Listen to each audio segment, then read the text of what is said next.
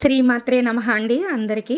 ఇప్పుడు మనం సంకష్టహర చతుర్థి వ్రత విధానం ఏంటి, పూజా విధానం ఏంటి, ఎప్పుడు ఆచరించాలి, ఎలా ఆచరించాలి, వ్రతానికి సంబంధించి నియమాలేంటి అనేవి ఇప్పుడు తెలుసుకుందాం.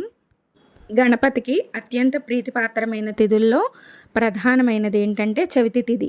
అయితే ఈ చవితి తిథిని చతుర్థి పూజను 2 రకాలుగా ఆచరిస్తారు. మొదటిది వరద చతుర్థి అంటారు, రెండవది సంకష్టహర చతుర్థి అంటారు. అమావాస్య తర్వాత వచ్చే చతుర్థి రోజున చేసే వ్రతాన్ని వరద చతుర్థి అంటారు. పౌర్ణమి తర్వాత వచ్చే చతుర్థి రోజున చేసే వ్రతాన్ని సంకష్టహర చతుర్థి అంటారు, లేదా సంకటహర చతుర్థి వ్రతం అని కూడా పిలుస్తారు. దీనిలో వరద చతుర్థిని వినాయక వ్రతంగా వినాయక చవితి రోజున ఆచరిస్తారు. సంకటములను తొలగించే సంకటహర చతుర్థి వ్రతంను మాత్రం ప్రతి నెల పౌర్ణమి తర్వాత వచ్చే 2-3 రోజుల్లో ఈ వ్రతాన్ని ఆచరిస్తారు. ప్రతి మాసంలోనూ కృష్ణపక్షంలో అనగా పౌర్ణమి తర్వాత 3-4 రోజుల్లో చవితి వస్తుంది.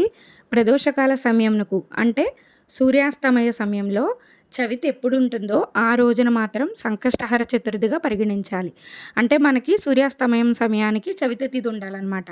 ఆ రోజే మనకి సంకష్టహర చతుర్థి అయినట్టు. అయితే 2 రోజులు ప్రదోష సమయంలో చవితి ఉండడం సాధారణంగా జరగదు.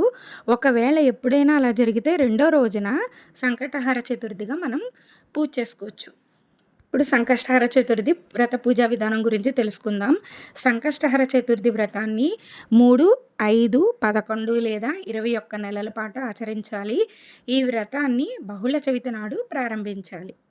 మనం ఏ రోజైతే వ్రతం ఆచరిస్తామో ఆ రోజున ప్రాతకాలం అంటే సూర్యోదయానికి ముందుగానే శిరస్సును స్నానం చేసి తర్వాత గణపతిని పూజించాలి. ఒక 1/2 మీటర్ పొడవున్న తెలుపు వస్త్రం లేదా ఎరుపు వస్త్రంలో ఒక రవికెల గుడ్డలో వినాయకుడిని ముందు పెట్టి దానిని పసుపు కుంకుమలతో అలంకరణ చేయాలి. ఆ తర్వాత మనసులో ఉన్న కోరికను తలుచుకుని 3 గుప్పిళ్ళ బియ్యాన్ని గుడ్డలో వేసిన తర్వాత తమలపాకులు 2, ఖర్జూరాలు 2, వక్కలు 2 దక్షిణ పెట్టి మనకు తోచిన దక్షిణ అండి. 11 రూపాయలు అవ్వచ్చు, 21 అవ్వచ్చు, 51 అవ్వచ్చు. మనసులోని కోరికని మరొకసారి తలుచుకుని మూటగట్టాలి. సంకటనాశన గణేశ స్తోత్రం, సంకటహర చతుర్థి వ్రత కథ చదువుకోవాలి. ఆ మూటను స్వామివారి ముందు పెట్టి ధూపం వెలిగించి కొబ్బరికాయ కొట్టుకోవచ్చు, లేకపోతే ఏదైనా పళ్ళు స్వామికి నైవేద్యం పెట్టచ్చు.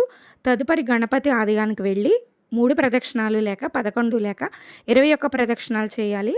ఇంకా తర్వాత మన శక్తానుసారం గరికను పూజించవచ్చు, లేదా గణపతి హోమంని కూడా చేయించుకోవచ్చు. గరికతో స్వామివారిని పూజించుకోవచ్చు.